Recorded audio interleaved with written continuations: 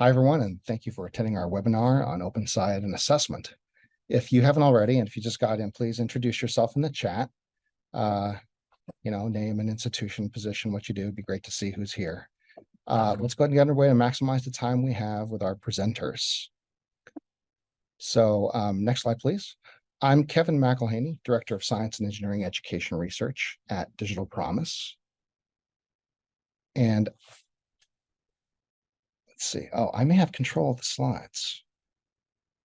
There we go. Okay.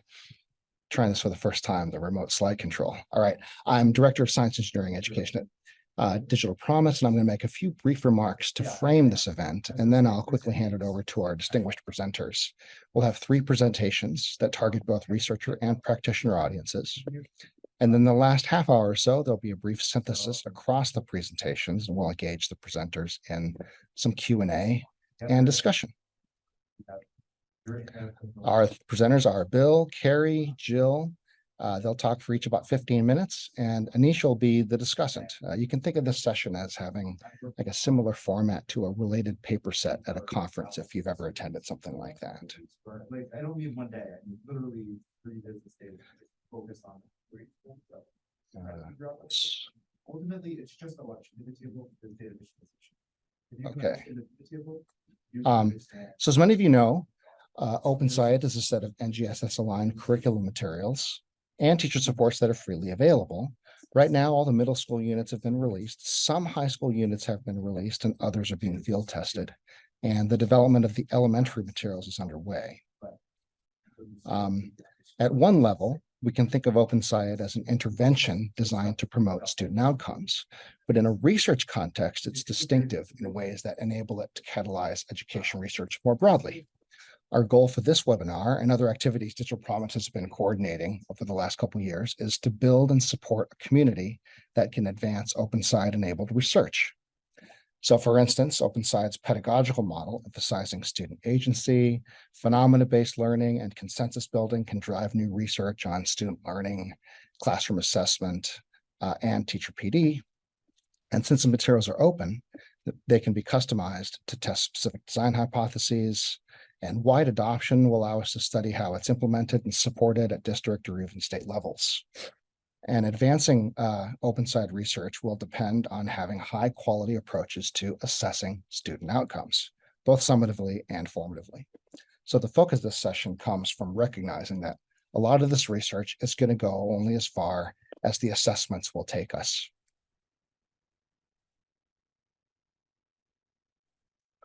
As part of the research community work that we're doing, we're also gathering perspectives from teachers and leaders on what areas they need the most support to use OpenSciEd effectively.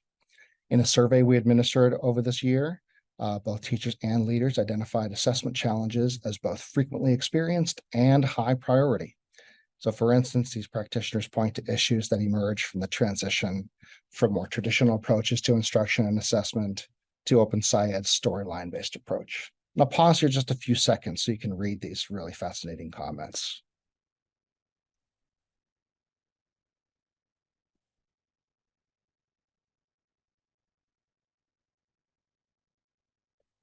There are a handful of themes that we've observed in our reviews of research studies and from asking practitioners. These themes also mirror the things that you all expressed interest in learning about when you completed our event registration form. You could see in those quotes on the last slide, these themes about assessing 3D proficiency, supporting teachers to enact classroom assessment practices, helping ensure assessments meet the needs of all students, and helping teachers and districts align assessment with other goals like grading or tracking progress. So our speakers will be touching on these themes and others. So at this point, I'll introduce our first speaker, Bill Penuel, Distinguished Professor of Learning Sciences and Human Development in the Ed School at CU Boulder. He's also been part of the development consortia for OpenSciEd middle and high school materials. So once we transfer slide control, you can go ahead and take it away, Bill. And thanks, and it is looking like it's working. Hi, everybody. It's really makes me delighted to see so many friendly faces and some new faces out there on Zoom land. As Kevin said, I've been involved with middle and high school. OpenSciEd, I'm the developers consortium director for high school. And I'm going to talk through so that we have a common ground the OpenSciEd assessment system, give an overview of it, and also talk about what some of the research is behind it. I'll conclude with a few open questions, but this is really just to set a common stage or table for us to talk about. And the place that really we need to begin for our system is in the design specifications document, where there's several design specifications laid out that we're expected to follow. And I want to call out a couple of things that are here. I mean, one is that we're supposed to take a systems approach. This is not a set of one-off assessments. It's not simply summative assessments, but it's a whole system of assessments that we're building. I also want to highlight some of the equity-oriented dimensions here, and those include specifications around allowing students to express themselves in the language that they are most comfortable doing so in order to express what they know and can do, and using multiple modalities for assessments, and also interpreting student ideas from an asset point of view. And finally, one of the things that we're really committed to is embedded in what are called cultural formative assessments that really help teachers in building on students' prior interests, identities, and experiences. So I'm going to talk a little bit about how the Developers Consortium has interpreted these in terms of building different types of assessments. And I am indebted to a wide variety of people, including many on this call, for all the work here, both in terms of defining the system, but also in writing some of the assessments that are there. So some key premises that we begin with in our work is that we have assessments that are anchored in phenomena, and that is to reflect the vision of the framework. So these are all multi-component tasks. You might see them as phenomenon-based item clusters is sometimes the language, but all of our assessments are anchored in phenomena. They are also what we consider more than 3D, they are 5D, in that we really try to think about how these assessments link to students' interests and identities. So we draw on information, for example, in our phenomena and interest survey that we use for units to also select transfer task phenomena. And we make for other opportunities for students to connect to interests, as I'll elaborate later. Fairness and equity are evident in the ways that we think about curriculum, these assessments needing to be embedded in high quality instructional materials. And this is a really big idea here, is I would really love to imagine assessment systems in the world that we use that really are embedded in this way from the standpoint of fairness of opportunity to learn. We also want to encourage students in terms of equity to bring a wide range of resources to communicate their understandings reflective of epistemic as well as linguistic heterogeneity. And then finally, it is not simply from an end of unit transfer task that we want to think about how we can draw inferences about student learning, but really it's a body of evidence that's intended to provide a comprehensive view of student learning that's balanced between formative and summative opportunities. So I'm going to walk through the different assessment types now, give you some examples through these, and also say just very briefly a little bit about the research base. So one of the things that we do with pre-assessment is to try to uncover some of the diverse sets of ideas that students bring. And they're typically found really early in the lesson sets. And we really want to identify those ideas and questions that can be leveraged for students to be able to connect both the standards that they're going to be learning to students' interests and experiences in service of sense-making. People may not necessarily think about it this way, but a driving question board is an excellent example of a pre-assessment as we think about it. In a driving question board, which comes at the end of the anchoring phenomenon routine, students are generating questions that they are going to pursue in order to answer a bigger question about an anchoring phenomena. And these kinds of questions not only set the direction for the unit, but they really tell a teacher and the class kind of what is shared expertise and knowledge in the room for us together that we can build on and use in order to guide and move ourselves forward. So there's a lot of research actually behind the idea of students' questions as assessment. One is just to remind folks that this is actually one of the science and engineering practices that students are to become proficient with, and that it can help with transfer of learning to new contexts and support student reflection. It can also provide insights into students' ability to define problems, especially in case and problem-based learning, of which phenomenon-based learning and design challenges are examples. And we've also found in our work that we use these to provide insight into students' interests and experiences that really can be used centrally in the instructional model to help partner with students on the direction of their own learning. Another kind of assessment type is embedded assessments that are conducted during the course of instruction to monitor learning and inform instructional decisions. They're built into every single lesson of the unit, and they're supported with assessment call-out boxes in the teacher's guide that really help them know what kinds of lesson level performance expectations, which are three-dimensional performance expectations at the level of a unit, to support them in providing feedback to students and also making instructional decisions. An example of one kind of these is a set of exit tickets. And we have two broad kinds of exit tickets questions that we have built into OpenSciEd High School. Some are 2D multiple choice questions that are anchored in the phenomenon that is the investigative phenomenon for the unit. So even though they look like a traditional multiple choice question, they are about a phenomenon of some kind. And we provide meaningful distractors that are kind of anchored in the kinds of conceptions that we might imagine students to bring or to have emerged that could be problematic, as well as some goal facets or ideas. And you can see too, there's guidance here about what to do next in terms of feedback. There's another kind of question here that represents our attempt to connect to the everyday. And each of our exit tickets has one such question like this. Like in this case, what is a situation where energy transferring through convection might appear in a matter in your life or your future? And before I go on, I'll put a link to this full exit ticket. I believe people should be able to access this one there. So you can see an example of that. So we've done a lot of work on this. I want to highlight, the power and importance of capturing evidence that's very different from traditional assessment evidence about students' experience.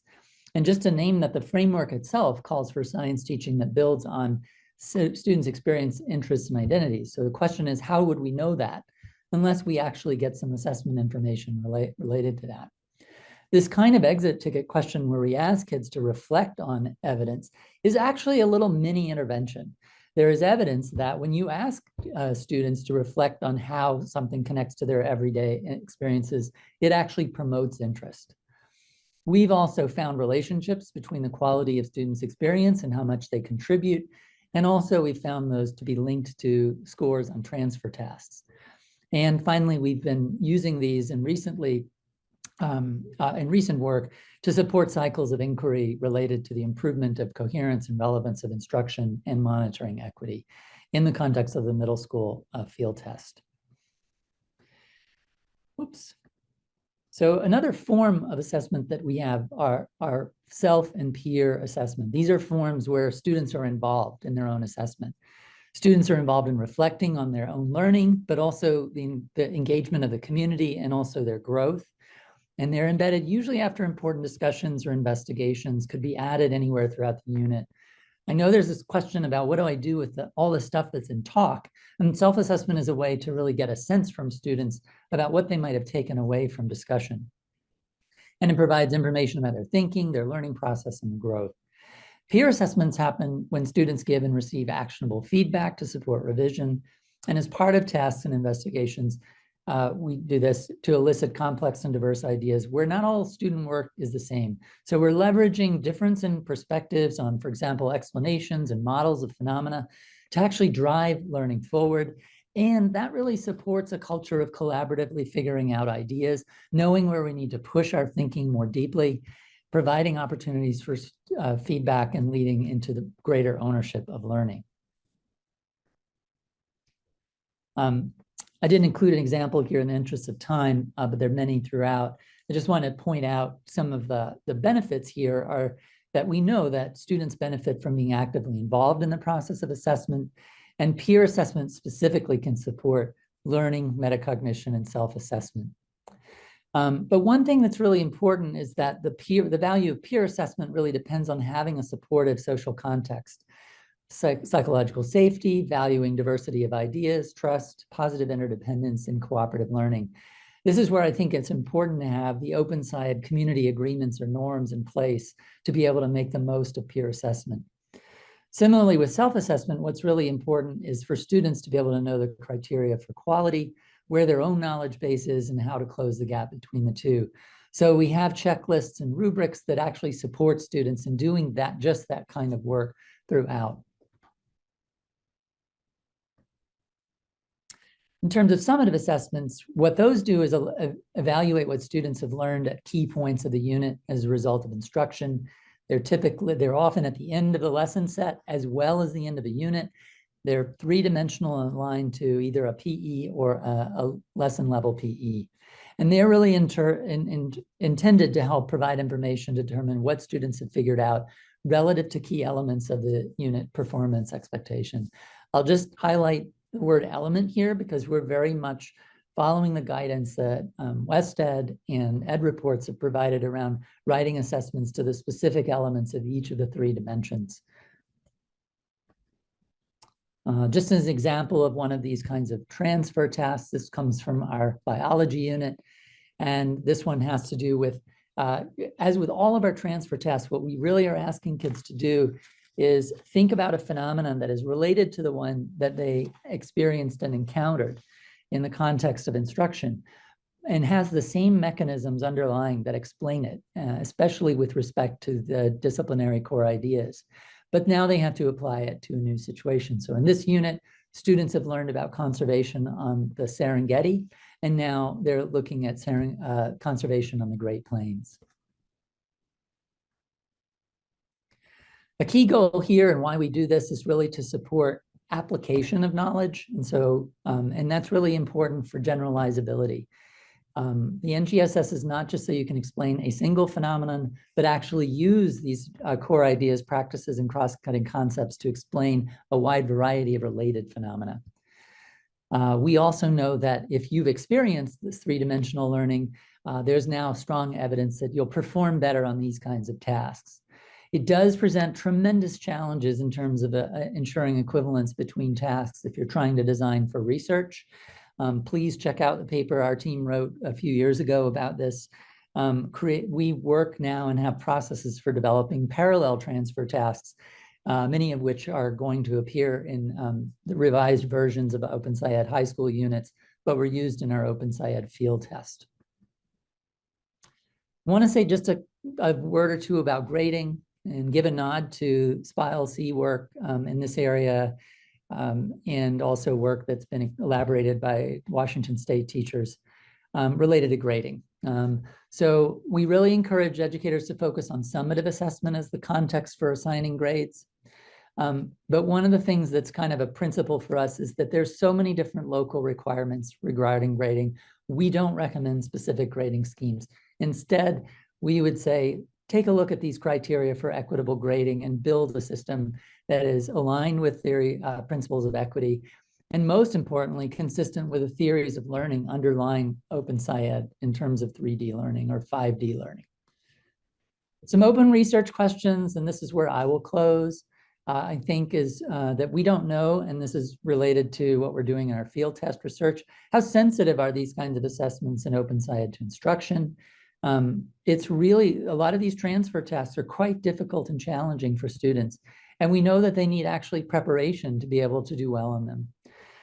We're also investigating reliability in terms of scoring. I think there is some evidence base that we can do this well, and certainly vendors are doing that work. But I think also, how can we support, I'm really interested in this question of how do we help educators in using the body of evidence from a system, from the system to inform instruction and grading. And then finally, I think we need to be exploring innovative uses of technology that might include AI, helping to plan more equitable, efficient scoring of open-ended tasks in the materials, as there are many, and as I think are demanded by NGSS. And with that, I will close.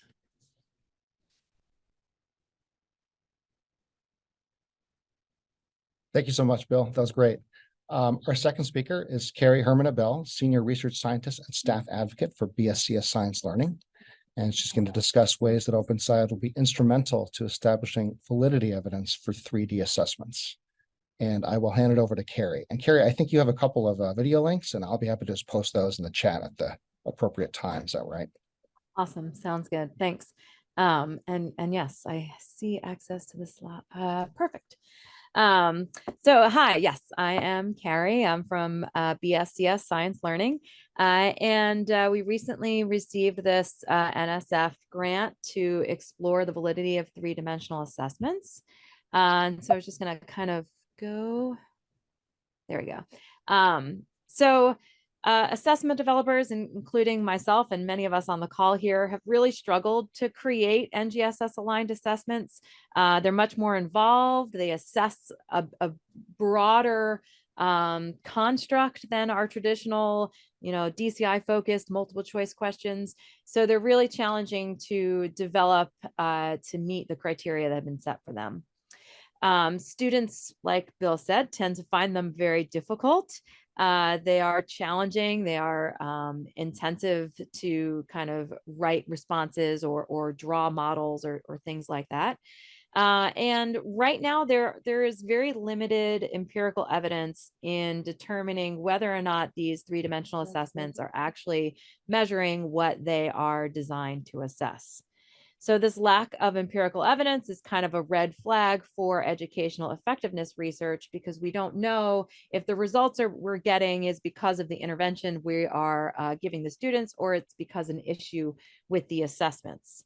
So what we are striving to do is to answer this research question.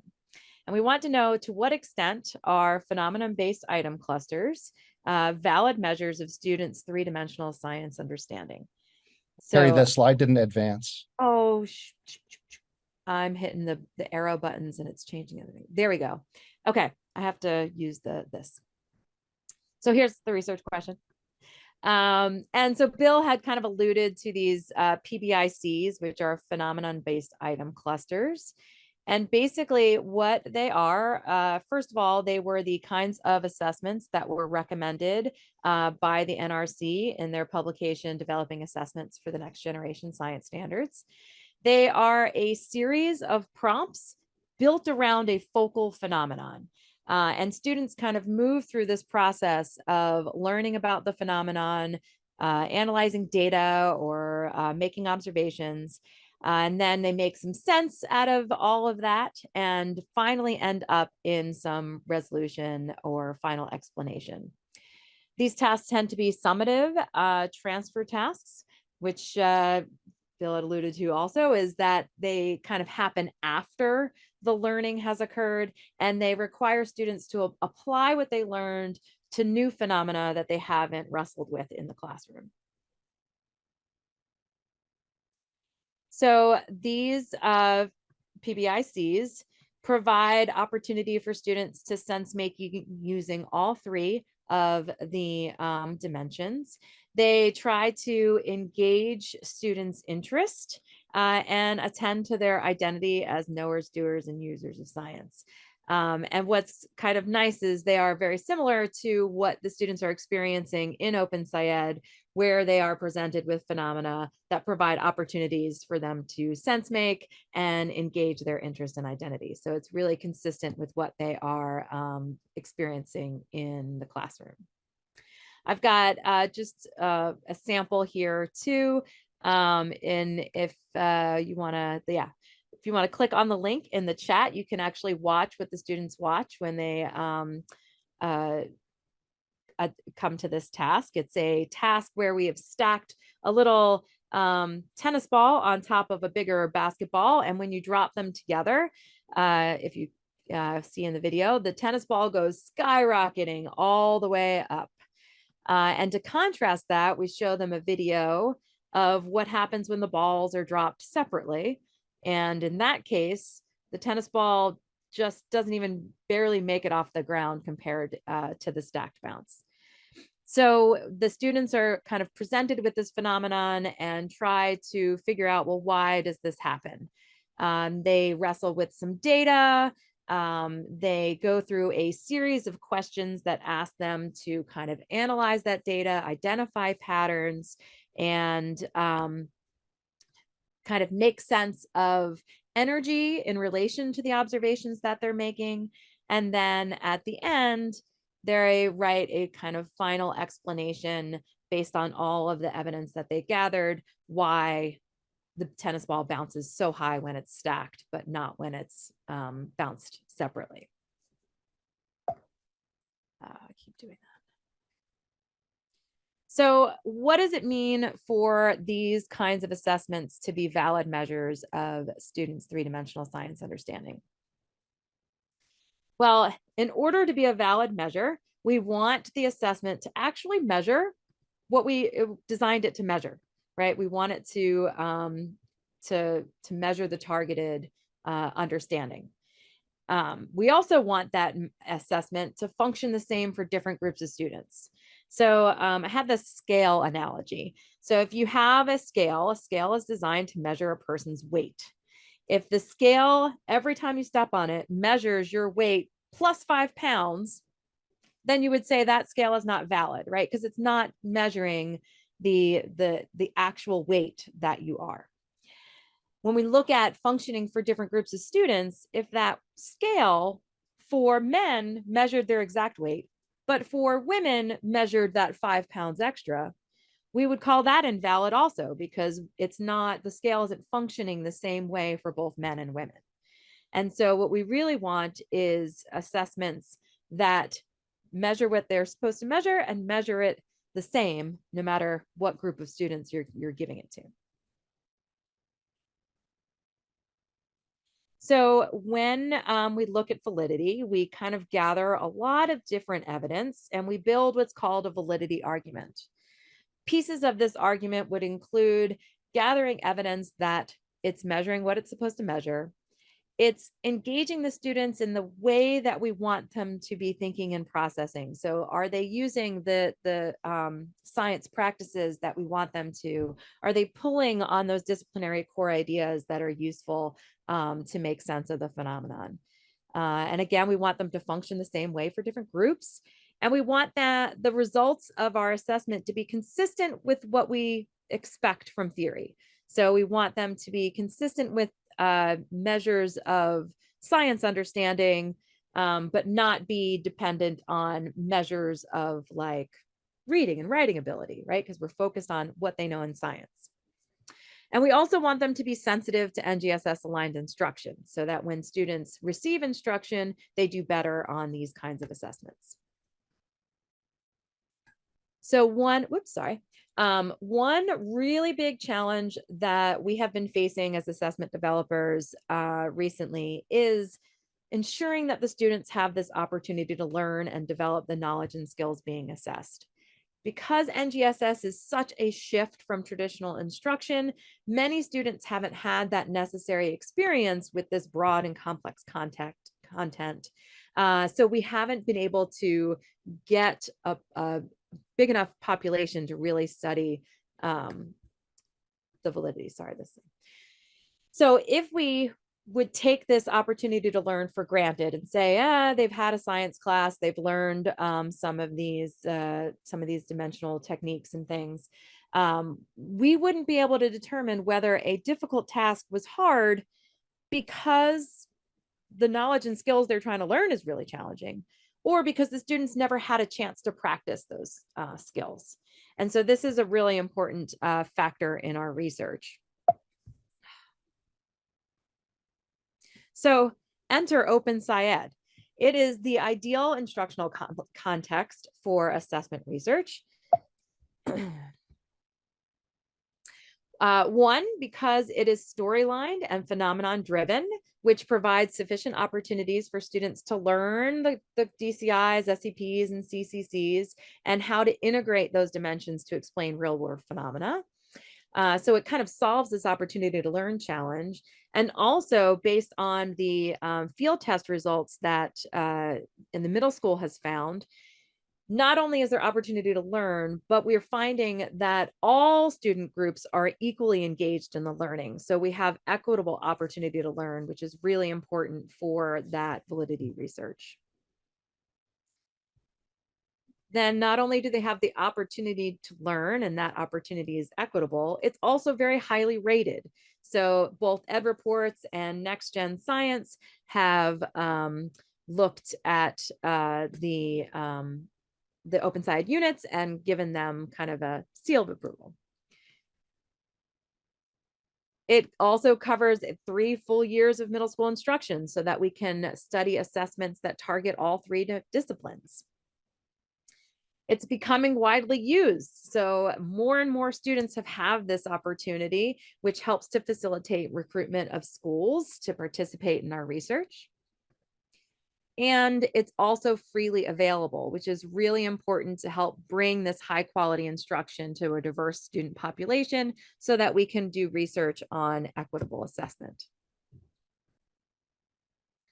So our research is going to utilize this instructional context. And I just wanted to kind of mention a couple of things that are pretty unique to the context that we haven't been able to look at before. So one is this idea of instructional sensitivity. Does instruction using materials aligned to NGSS lead to better performance on PBICs? This is a question we really haven't been able to look at yet. So we're going to be able to pre and post test students at the beginning and the end of experiencing a unit and seeing how well we can detect that learning with these assessments. We can also look at differential item functioning. So again, making sure that the items are functioning the same for different groups and we're not unfairly advantaging or disadvantaging groups of students. We're going to concentrate mostly on language and ethnicity in our diff analysis. Then we're looking at correlations. So we want to make sure that performance on these PBICs correlate with other measures of science understanding. And then we also want to look to see kind of what the relationship is between performance on the PBICs and reading and writing ability are. I'm sure you've noticed when you looked at my example and Bill's examples that there were a lot of words on those tasks. You know, we have to present a lot of information about the phenomenon, and that tends to put that additional reading load. The open-ended responses adds an additional writing load to the work. So we want to make sure that we are indeed measuring science understanding and providing students to kind of show us what they know without adding these construct irrelevant factors in. And so I'll close with just kind of some implications. One thing is that our study is going to try to provide some insight into what these PBICs are measuring and kind of when it is appropriate to use these kinds of assessments. Our diff results will hopefully increase equity in 3-dimensional assessments. And if at the end we do decide that these are valid measures of student understanding, we can use those to kind of get a little bit more information about the difficulties and successes that students are having with 3-dimensional learning.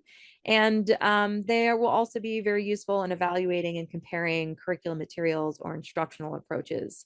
In particular, because these assessments that we're looking at were developed without, they're curriculum agnostic. So they are not developed for a particular curriculum material so that we can kind of use them to look at efficacy of different interventions. And I think that brings me to my thank you slide. So thank you very much. Thanks so much, Carrie.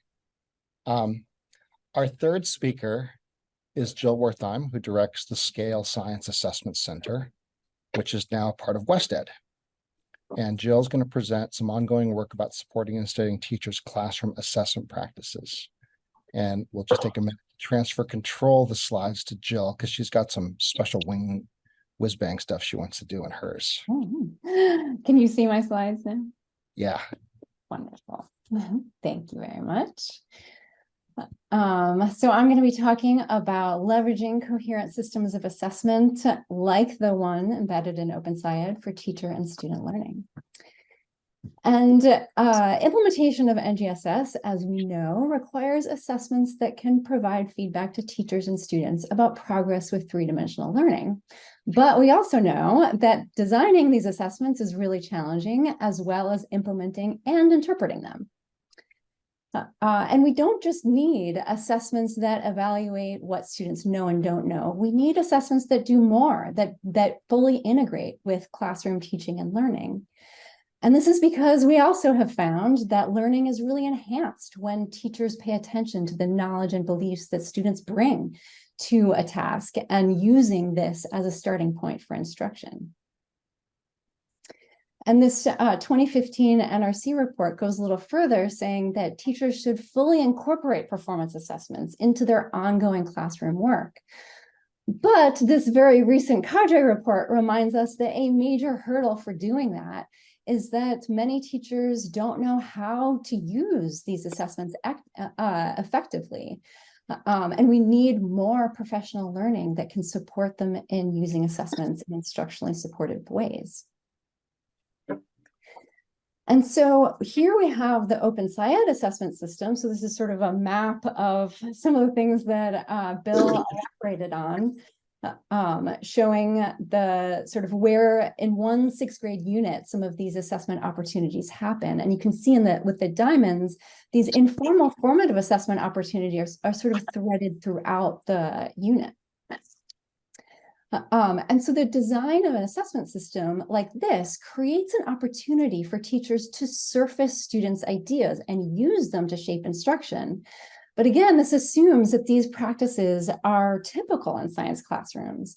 And what we're seeing out there is not that. We're seeing that assessments are still primarily used, even formative assessments, as a way to evaluate what students know and don't know, not as an opportunity to gather evidence needed to identify effective instructional moves. And teachers confirm this. Almost half of middle school teachers say that they feel prepared to use formative assessments to monitor student learning, but what they mean by using formative assessments really matters. So very few middle school teachers report feeling prepared to use assessment data to inform their instructional practice. So that about a third of teachers are saying they're prepared to differentiate instruction in any way. And only about 12% of teachers are saying that they feel prepared to shape instruction around students' ideas. And so this is clearly a really fertile ground for us to think about supporting. So it's a very exciting time that design of 3D performance assessments or even 5D performance assessments is really thriving. We have lots of brilliant minds on this, like Bill and Carrie and many others, who are focusing on supporting the development of high quality 3D assessments. And so I want to assert that it's time to also look ahead and think about what supports teachers need to learn to use a coherent system of assessment like the one designed and embedded in OpenSciEd. So a number of questions that I'm really grappling with, like what are the supports teachers need to help them learn to use a system of assessment to advance students' thinking? How can teachers develop their practice with eliciting and working with students' ideas as instructional resources? And as we get smarter about supporting teachers and using a system of assessments, how can we look back and see what are the implications for educative design of assessments and curriculum materials and teacher learning, et cetera? And so I'd like to talk a little bit about some work that I've been doing focusing on this middle question. And much of the work I'll be talking about here derives from one project that I want to just say a few words about. This is in collaboration with my wonderful colleagues, Mariah Tecumurkisa, Jen Richards, and Liz Ritchie, who have influenced my thinking a whole lot. And this is a project focused on studying mechanisms of teacher learning to appropriate ambitious teaching practices to facilitate implementation of 3D performance assessments. We're using video clips and artifacts of performance assessments to construct a professional learning model that we're calling an impact model. And very roughly, it follows this design of a few professional learning sessions focused on planning for teachers' implementation of a performance assessment. They implement the assessment and collect artifacts, and then we have a couple sessions focused on reflecting. And so work that Scale Science has been doing with these partners, as well as work we're doing more broadly, we've sort of noticed that there are 3 pillars that our work in cultivating asset-based 3D assessment practices rests on. One is working on assessment ideologies, 3D assessment practices, and ambitious teaching principles. So I'm just going to touch a little bit on each one. So learning how to use assessments to support students' 3D thinking requires first thinking of the assessment as a valuable tool for instruction. And this is something that we can't just assume. And so some of the work that we do to support the transformation of participants' belief about the purpose of assessment is to share an assessment, like a performance assessment. The example I'm going to talk about here, there's a culminating piece of the assessment that's eliciting evidence of this 3-dimensional performance. And we'll look at lots of different student work, and many of the student responses will be like half a page long. But one that I really like to focus on is this one, where a student just writes hunters and climate change. And even teachers or leaders who come in with really strong ideas about formative assessment being for learning will see this through a deficit lens. They'll see what the student isn't doing here. So they'll say things like, student doesn't get it, or this is wrong, or the answer isn't even related to the assessment. So there's no data in the assessment related to hunters and nothing clearly pointing to anything directly related to climate change.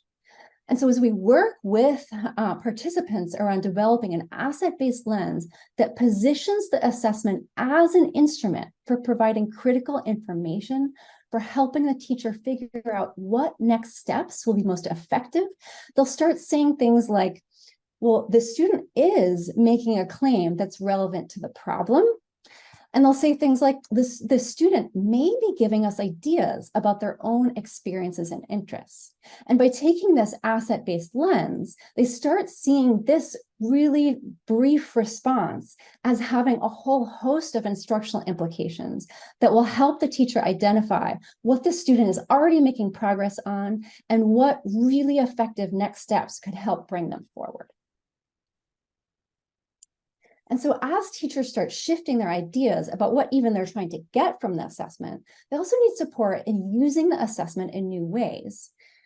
And so there are a number of resources that we rely on to do this work. 3D performance assessments, instructionally embedded assessments, we co-design with teachers in the context we're working in. We use video clips of specific moments in these performance assessments. We always provide them with the 3D performance being elicited in that moment of the performance assessment. And then we also provide video transcripts that enable the participants to have sort of multiple access points for the video clip.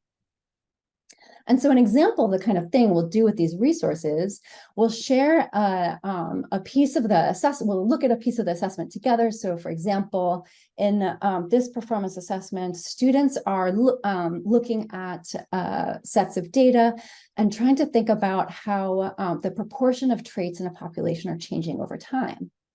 And so we share 2 video clips of 2 different groups of students working on this assessment, and they practice listening to and observing and looking at the artifacts these students are working on, all as evidence of where these groups of students are in their progress with this 3-dimensional performance.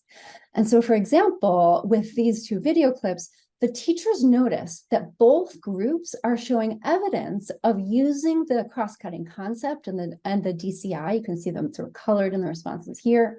So they're showing progress they're showing evidence of progress with using those 2 dimensions together in slightly different stages of sophistication, but they're fairly similar.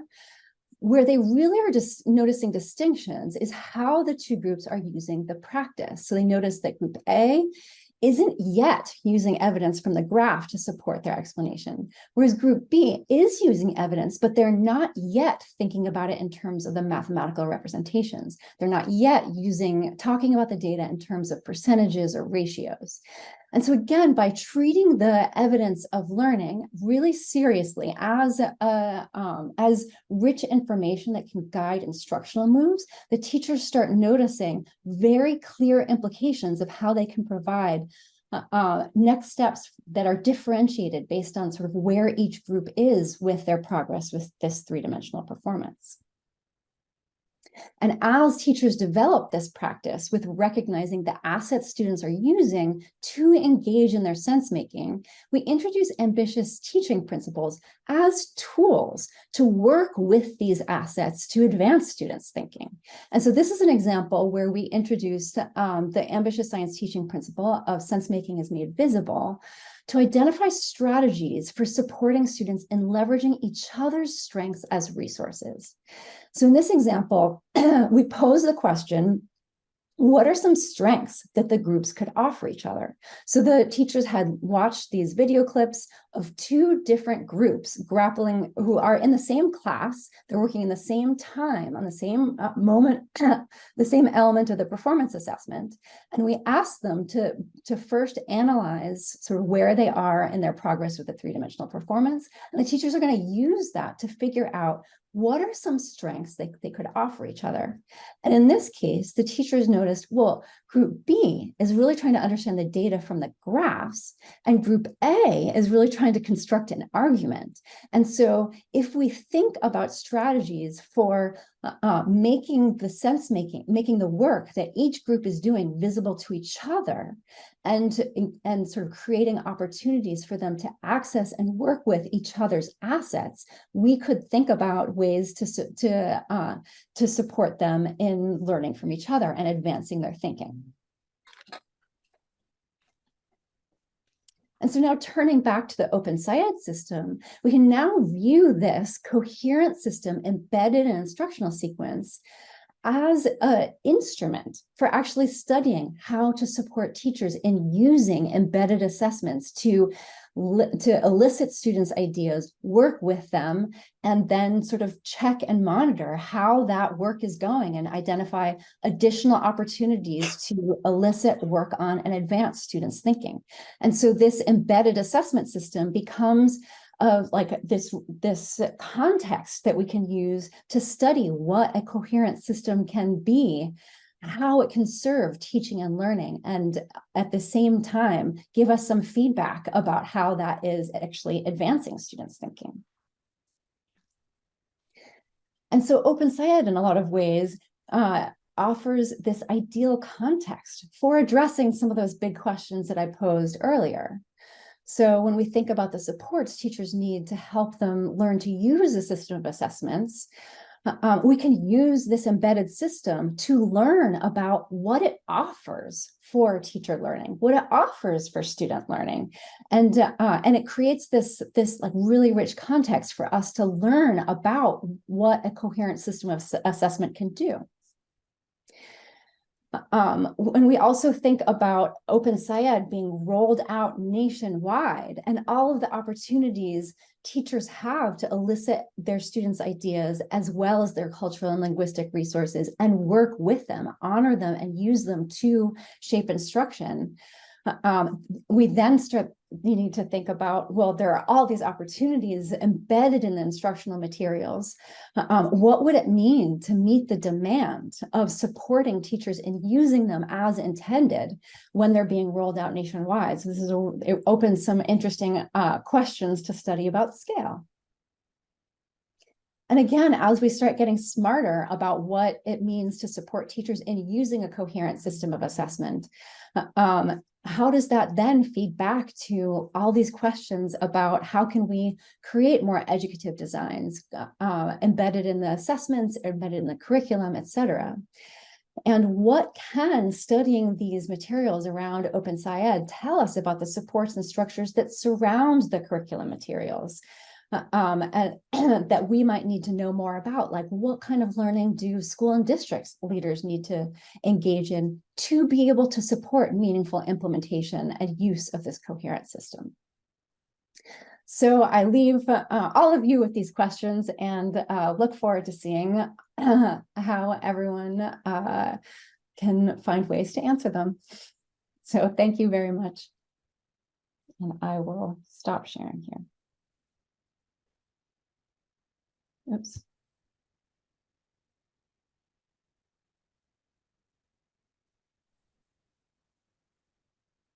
Thanks so much, Jill. Our discussant is Anisha Badunarian, Director of Assessment at Learning Policy Institute. And she's going to make a few remarks to synthesize the pre-presentations, then pose some questions for our presenters to engage with together. Thanks, Kevin. And thank you so much, Bill, Carrie, and Jill for sharing all of that amazing work with all of us. I think, it's certainly given me a lot to think about, and I'll provide a little bit of reflection, but can I give you all fair warning that you all pose some really interesting questions? I have the same questions, so I'm going to pose them right back to you and see what you're currently thinking about many of the things that you raised. So just be prepared. I think one of the things that really struck me through Bill's outline of the OpenSciEd system, how Carrie is planning on using OpenSciEd as an instructional context for validation studies, and Jill's deep work in thinking about what are the supports needed to really sort of realize the promise of some of those elements of the system, is that OpenSciEd offers a unique, robust, and integrated teaching, learning, and assessment system that really does serve to operationalize many features that we have been talking about as a community and have emerged from scholarly work as features of high quality classroom assessment, particularly in science and particularly for the next generation science standards and other standards that are based on the framework. Every time I revisit the OpenSciEd assessment system, I'm struck by how rich it is and how many opportunities there are to ask and answer interesting questions, and how overwhelming I hear that is for many, many people who are either new to OpenSciEd from a researcher context or are practitioners who are trying to make the most of the materials. And I think it raises some really important questions about how do we make the most of these materials that we have access to? How do we make sure we don't inadvertently lose really important elements of surfacing student thinking that are embedded in the system, but may be lost to different kinds of trade-offs that we're making inadvertently when we think about how to operationalize the system within constraining contexts, which nearly every system is operationalizing curriculum and assessments within. As I was listening to the presentations today, there are a number of questions sort of bubbling up for me. But one set of questions is sort of like around how do we use the OpenSciEd assessment system to better understand how teaching and learning is happening in science and to sort of provide that feedback into advanced learning. And then how can we use OpenSciEd's assessment system to ask broader questions about science assessment more broadly, about its integration with different aspects of the science education system, and how do we sort of parse those things? Carrie and Jill both sort of raised this idea that OpenSciEd can be kind of a proxy for opportunity to learn in science, and we can take a look at performance and assessment opportunities relative to this known context. Things I've been wondering about here is that OpenSciEd has been somewhat unique in the instructional materials space as well. There are a number of features in the design specifications, in the actual instantiation of the materials, that make the materials look and behave differently than other materials in the science space. And questions I'm sort of wondering about are how do we account for those differences when we are making interpretations of what sort of the assessment resources and opportunities can tell us? And how do we make sure we include that context in all of our discussions as a research community, thinking about what we can learn and continue to support in the assessment space? One framework that has been helpful in broader assessment conversations has been this notion of sort of different philosophies, which is something Jill raised for us as well, and approaches to what assessments look for and mean. And so I just wanted to share this because it's been helpful in framing my own thinking and sort of trying to understand how we make sense of the set of information that we might have access to within a coherent assessment system. This is just a sort of framing of thinking, but assessments can sort of be thought of as falling along a spectrum where they're used as a tool for gap analysis, where we're really trying to understand, do students measure up to some common element? And there's sort of a thing we are expecting students to be able to do, and we're kind of constantly measuring, like, can they do it? Nope. Okay, what do we have to change to get them there? Versus assessment as a process for wayfinding, where we are a little bit less concerned about all students kind of meeting a same homogeneous outcome, but we're thinking more about each individual student's trajectory. The reason I raise this here in the context of OpenSciEd is that I think that throughout the course of the assessment system, we see different assessment opportunities that are poised to sort of support one interpretation or instantiation of assessment versus another. And I think many of our research questions and practitioner questions around the use of assessments often assume one or the other interpretation, or sort of, closer to one side or closer to the other side of the framework when we're asking questions. And so I just want to offer this as one sort of organizational structure that we might keep in the back of our heads as we are parsing through some of the questions that come up when we think about the assessment system in OpenSciEd, and sort of try to understand where is your own thinking on this, and sort of what is your orientation and approach to assessment, and then what is the approach that whoever you're talking to, whichever researcher we're engaged with today, is sort of coming from, and how does that change the negotiation in this space? So I just wanted to share that, and I think I'm gonna I'm done with slides.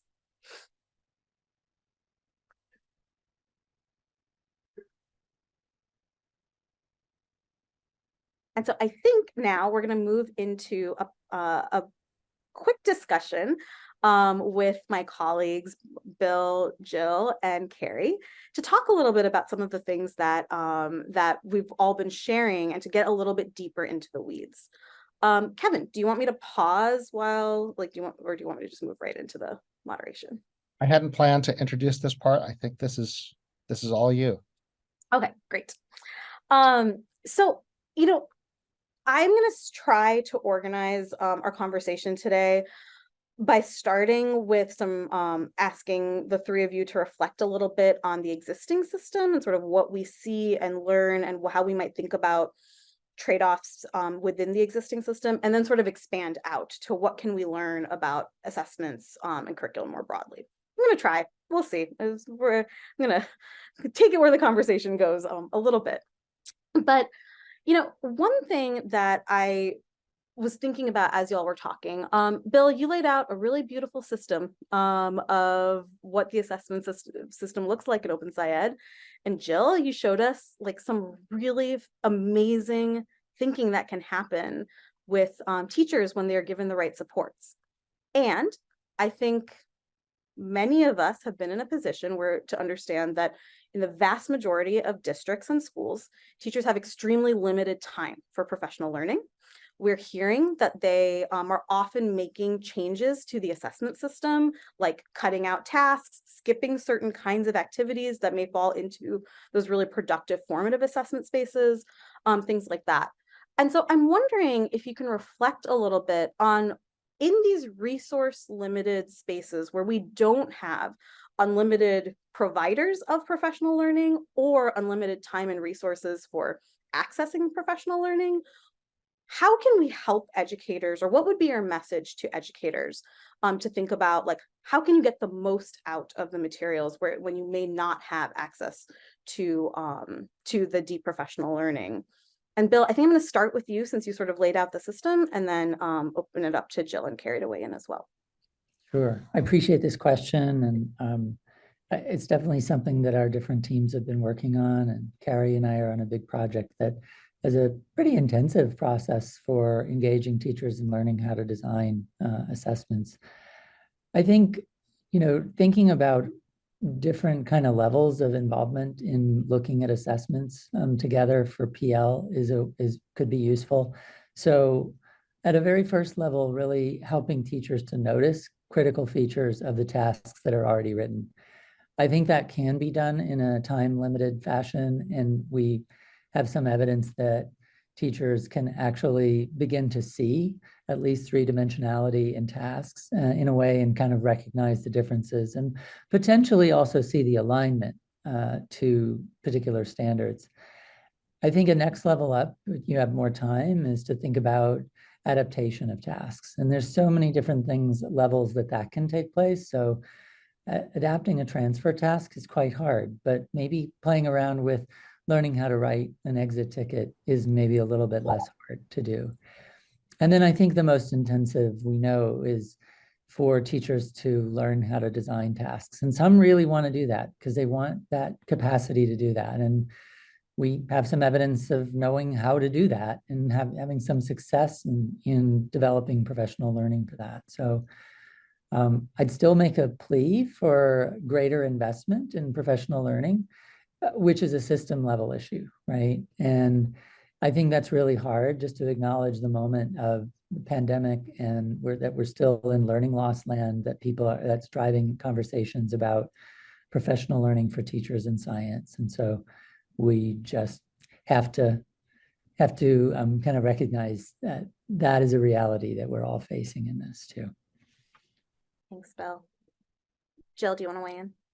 I would love to. So I think at this point, my focus is on PLCs as sort of our greatest opportunity to actually create a space for teachers to really like sit with these ideas and work on them together. I think that it has to be that, like, bringing assessments and assessment data and all of these questions that you raised to a PLC as an existing structure that in a lot of places, and working within that context is sort of our best opportunity to create a space to work on like all of these problems.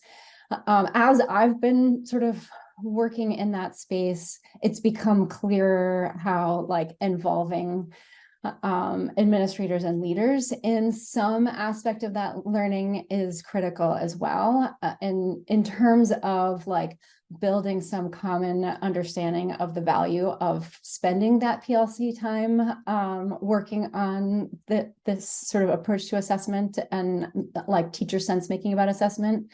We found that in a lot of places, teachers are given directives about like their PLC time should be like data driven.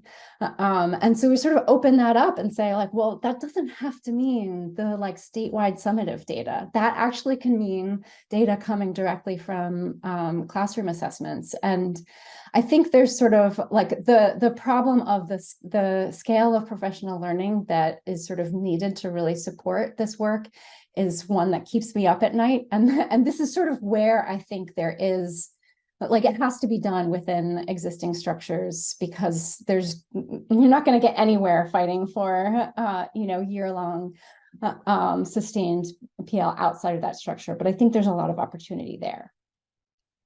Yeah, I really appreciate that. And I think both of you have sort of reflected on this idea of, like, what's the right data? And, Jill, you flagged data-driven decision-making. And Bill, I know, we've talked about this for a long time, but like, there's a lot of skepticism around data-driven decision-making when you're using the wrong data, and sort of like, how do we reframe around centering that data? And I think something that I'm hearing here is that by doing so, we can also sort of change the value proposition surrounding classroom assessment and embedded assessment practices, where maybe we can devote more professional learning time, existing resources, those types of things, to actually paying attention to the data that matters. I just want to know, I'm at a different meeting today, but one of the topics that we've been talking about here is this notion of positive deviance, and it's sort of like looking for things that are already working in communities and actually leveraging those experiences as the sort of solution to the problem. And it just makes me, Jill, your comments just made me wonder a little bit about whether that might not be something that we think about in sort of contextually specific ways. How do we solve for this challenge about needing more professional learning, but doing so by leveraging the assets of the implementation context itself, rather than sort of trying to have a one-size-fits-all approach there, which could be really interesting. Carrie, I was really interested when you were laying out the ideal nature of OpenSciEd as a context to sort of distinguish between students who have had opportunity to learn science in a three-dimensional way and students who have not, and sort of using that as part of the validation approach. I'm curious, I've been thinking a lot about in what ways OpenSciEd is a proxy for just like 3D science opportunity to learn, and in what ways OpenSciEd presents a pretty unique approach to three-dimensional teaching and learning. I'm wondering if you can tell us a little bit about how you're thinking about that in the context of your validation study. So I think in my personal context, OpenSciEd, it is unique because it is kind of a common experience that these students are going to have. So it really kind of like standardizes the instruction. So normally when I'm doing a validation study, I'm just giving it to a wide range of students, and the instruction that they have varies greatly, right? And we don't even really know very much about what they're experiencing in the classroom. So they could be getting very, very traditional instruction where, the teacher's just kind of like telling the kids, this is how it works. Or they could be, using OpenSciEd. And so this is really a nice, unique opportunity to kind of like present that common instructional context so that we can really see and understand how the assessments are behaving, and not complicating that by having this varied instructional context from class to class. But I think that OpenSciEd is kind of serving as a model for three-dimensional learning. So I think, there are other materials that are kind of like the anchored in learning with the BSCS bio program that are very similar in nature. And so I think the assessment work that we're doing will be helpful for evaluating 3D materials like that. Thank you. One thing that has come up a lot in the spaces that I work in is sort of trying to navigate the extent to which the OpenSciEd assessment system surfaces contextually relevant evidence of student performance versus generalizable and evidence of transfer of student understanding to the broader sort of spaces. I think something we hear a lot, like maybe a little bit less from science teachers who are implementing OpenSciEd, but a little bit more from the building and district leaders who are slightly less sort of involved in the classroom, in science classrooms, is that they really want to know, like, are students actually developing generalizable science understanding? And with so many, with there being limited transfer tasks and there being so many contexts in which the transfer tasks are not often used, sort of like wondering how we can be sure that students are developing the ability to not just explain the phenomenon that is sort of anchoring the unit, but also extending that in developmentally appropriate ways. And so I think this is a question for all of you, because you touch the OpenSciEd system in such different ways, both as like sort of deeply embedded and external. Can you reflect on that when if someone posed this question to you, what evidence would you point to that's already existing? And what additional sources of evidence might you suggest that we pay attention to really get a complete understanding of the sort of like proximal to distal transfer and generalizability that OpenSciEd supports? And Bill, I'm going to start with you because you will give us, I think, the most deeply contextualized response. Well, there's a lot of questions in there, but I'm going to go to the gold standard, if you will, for a minute. There are a couple of randomized control trials of NGSS curriculum. It's not OpenSciEd, but materials that Joe Kraychek and team created for Create for STEM, where we see evidence that three-dimensional learning supports learning on transfer tasks.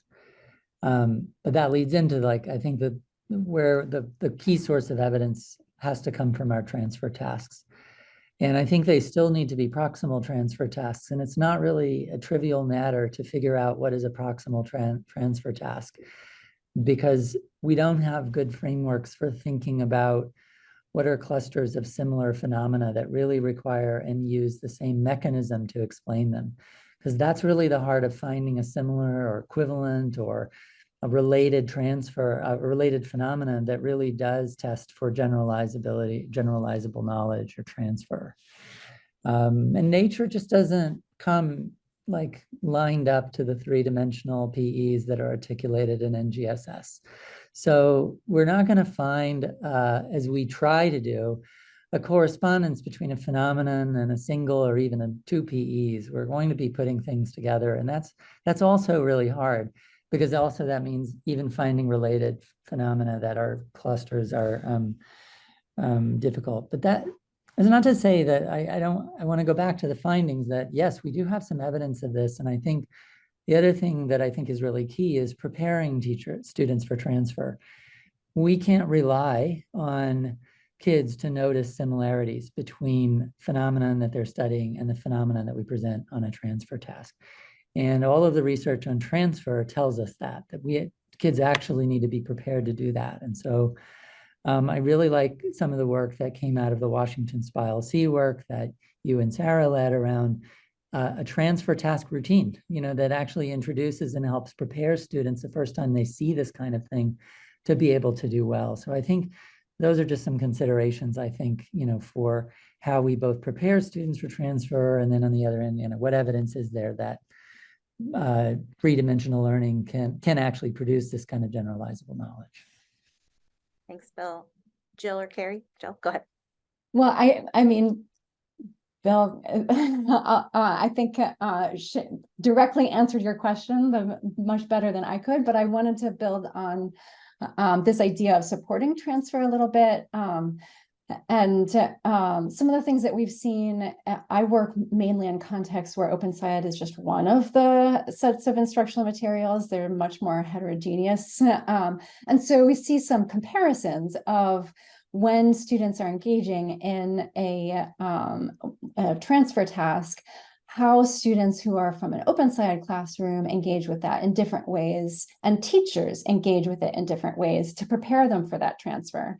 And so one of the things that I've seen in OpenSciEd classrooms that's really interesting is that because learning is made so visible, that the act of supporting students in making that transfer is very easily facilitated, because the like sort of relevant thinking is all around the classroom already. And so to help students make that connection between that that idea that they need to bring to the new context is very straightforward. Whereas in classrooms where the learning is much less visible, the teachers have to do a lot more work to sort of help students think about, like, well, remember we did this thing. And so it's sort of interesting to see how OpenSciEd creates a context where transfer is sort of more easily done. Awesome. Thanks, Jill. Carrie, do you want to weigh in here? So I think this is where the role of curriculum agnostic assessments plays. Like, so assessments that like I develop completely separately from a particular curriculum or instructional materials really help to kind of evaluate those materials in an unbiased way. So it's still, we still try to pick phenomena that we think would be appropriate and accessible and engaging, but they're different. And maybe there might be a little bit more distal, but still we think that they are appropriate for the grade band and the material that they're learning. So it's that's kind of the work that we're doing now that we've kind of started to have these assessments, we can use them. One project I've been working on has been doing an efficacy study of the model-based education resource, and kind of looking at model-based reasoning in biology. And we are seeing some really good student outcomes with that from our quasi-experiment. So I think this is kind of like the direction we're going now. It's like we have we have materials that we think are three-dimensional. We have assessments that we think measure 3D understanding. And so now it's like, great, let's put it to the test. Let's see what we can find when students are experiencing these materials with these assessments that are developed to kind of detect that change. Yeah, it's a really interesting reflection. Thank you. And I'm thinking a little bit like, Bill, you sort of mentioned that like the transfer tasks are really important in OpenSciEd and sort of within the OpenSciEd system, figuring out the degree to which students' understanding from their instructional context can be applied. And you sort of noted that that is a proximal task, right? It's relatively close, we hope, recognizing all of the challenges with sort of identifying what makes something sort of closer to instruction. But Carrie, I think you've just given us, you've reminded us that there are all of these other sources of information that are likely to be more distal. One thing this is making me think a little bit about is the idea of bodies of evidence here, because I think one way to sort of capture the range of sort of thinking that you've all shared is that theoretically, if you know the instructional context, if you know the instructional materials, and you're surfacing evidence in both embedded, like deeply embedded instructionally embedded assessments, to slightly more farther transfer tasks, to these sort of agnostic tasks, we actually should be able to make judgments about students' thinking relative to that instructional context by using this body of evidence. Bill, I think you raised this as one of your questions in your slides, like how do we do a better job of supporting the use of bodies of evidence in making more nuanced judgments and supportive, maybe judgments isn't even the right word, in describing student thinking and possible next steps in more nuanced ways. Since all of you work at sort of different parts of this assessment system, I'm wondering if you could just reflect for a moment about what are some next steps we could take as a community to help advance the use of bodies of evidence rather than a single assessment moment in making a judgment about student thinking. And Carrie, I'm going to start with you so that we switch up the order. Oh man. Put me on the spot. So I'm sorry, repeat the question just because you threw me off by saying I was going first, because we had established a pattern. I know we had established a pattern, trying to be a little bit more equitable in who's speaking when. So I'm sort of wondering, like, if we know the instructional context, we have evidence of embedded learning and performance, we have transfer tasks, and then we have curriculum agnostic tasks. What kinds of supports or what kinds of ideas would you have for how we use that whole body of evidence to talk about student learning rather than any one piece of that as the sort of like primary source of understanding of student thinking?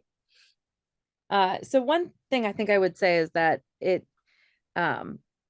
being able to tie those things together in a coherent story so that they don't seem like three independent things would be helpful in showing that they're all really related, and how they're related and how they kind of push students towards being able to kind of figure things out outside of the classroom. Because when you're, when you encounter a phenomenon outside of a classroom, it's like you don't even know what materials or understanding you're going to have to bring to it. Normally when you're doing it in the unit, you're like, oh, okay, this is on energy because we've been spending the last 3 weeks on energy. So it's like being able to kind of tie those three things together and show how they work together. They provide a coherent story about what students can do at different levels and how it can support understanding and making sense outside of a classroom situation. Thanks. Jill, do you want to go next? I think that puts me next. Yeah, I was thinking about this, and a district leader who I work closely with, I think a lot about his perspective on sort of how he uses the like full assessment system. And what he said to me once was that like, if I'm actually using these assessment practices of like listening for students' ideas all the way through, I shouldn't be surprised at all by what they do on the summative or transfer or anything, like, because I should have such a clear idea from all the work we're doing all the way through.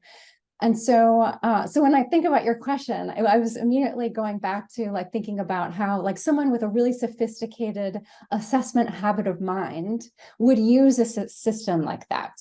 And that like, if that, you know, summative assessment or transfer task didn't match at all with sort of what my conception that I had built through the unit, then I would be aware there was a real problem.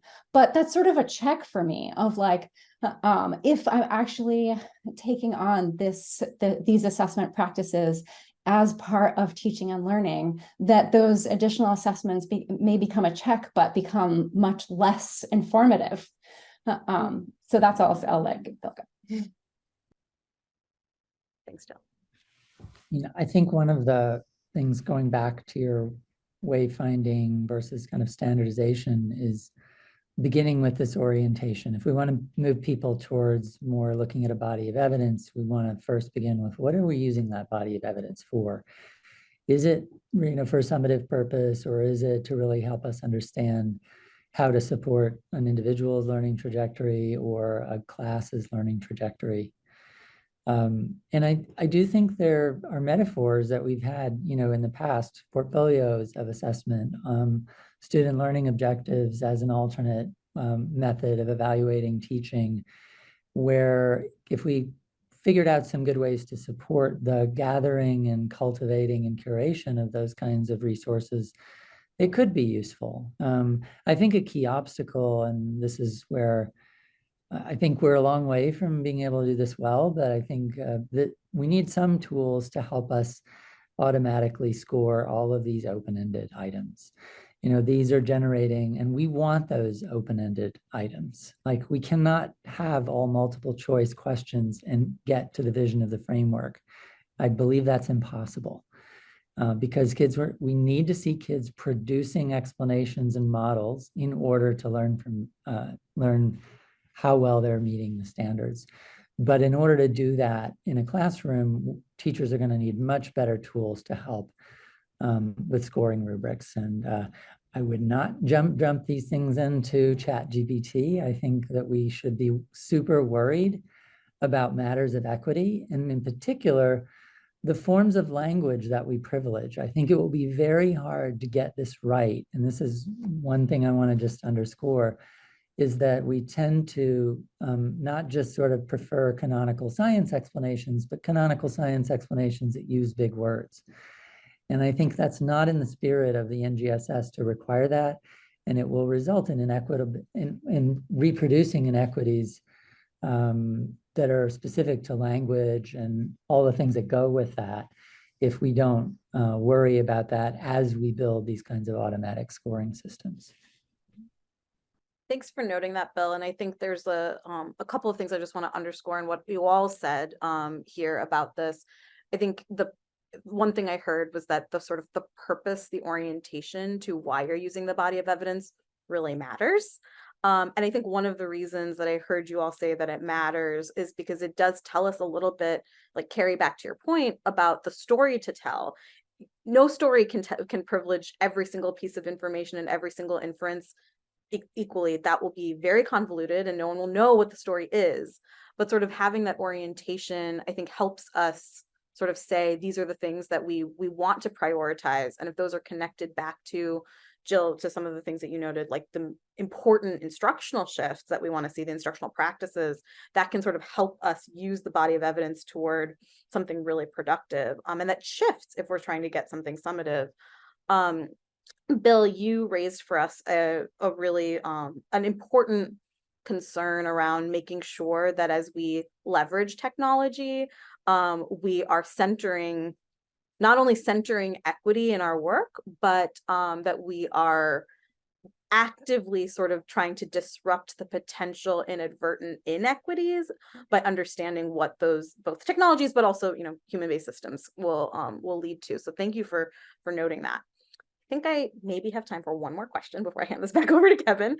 And so I want to acknowledge that in our audience today, we have a number of folks who are working on elementary OpenSciEd. And, you know, a lot of what we've talked about so far leverages the affordances of middle school and high school. But we've known for a long time that elementary has a lot of common features, but is also a little bit of a different world. We're dealing with young children in some of these cases. So I'm just wondering if you all could close this conversation by offering a piece of advice to our colleagues working on elementary with regard to the assessment system in OpenSciEd. What do you hope you see in the elementary OpenSciEd assessment systems? And Jill, I'm going to start with you this time. Okay, well, this is a big ask, but I would love to see in the assessment system some educative features, particularly in rubrics, and helping teachers think about how to support student learning, not just listen for the right answer, but how to work with all of the range of ideas students might bring. And so I would love to see some really close attention to how rubrics are written to sort of honor and work with students' ideas. Thank you. Bill? I would love to see some form of kind of our self-assessment exit ticket kinds of things continue. It's a really different challenge because of the language capabilities of students. And related to that, I think that some of the work that we're doing in our AI Institute right now is around the community agreements and supporting students generating said agreements and what it looks like to do so, and also revisiting those agreements on a regular basis. And I think in elementary school, this is a great place to start to develop those, because if I could say one thing that we found so strongly from OpenSciEd Middle School is how important the classroom culture is that you're building. And this is one of the most powerful ways to build such a culture. And we should be assessing it and making that part of the peer assessment and self-assessment system. Thanks, Bill. Carrie, last word. Yeah, so I think from an assessment development standpoint, I think being able to find accessible data that's still rich and authentic is going to be a challenge in the elementary space. And making sure that the tasks that we're developing are on the right reading level, and really allowing elementary school students who are still just kind of developing how to write and communicate, the ability to communicate what they know without kind of disadvantaging them. Yeah, thank you.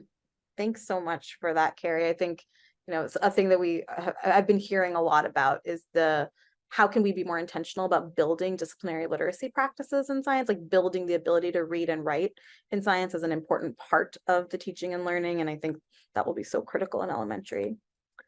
I want to say thank you to all three of you for this really rich discussion. I have about 1,000 other questions that I could have asked you. So thank you for answering these ones.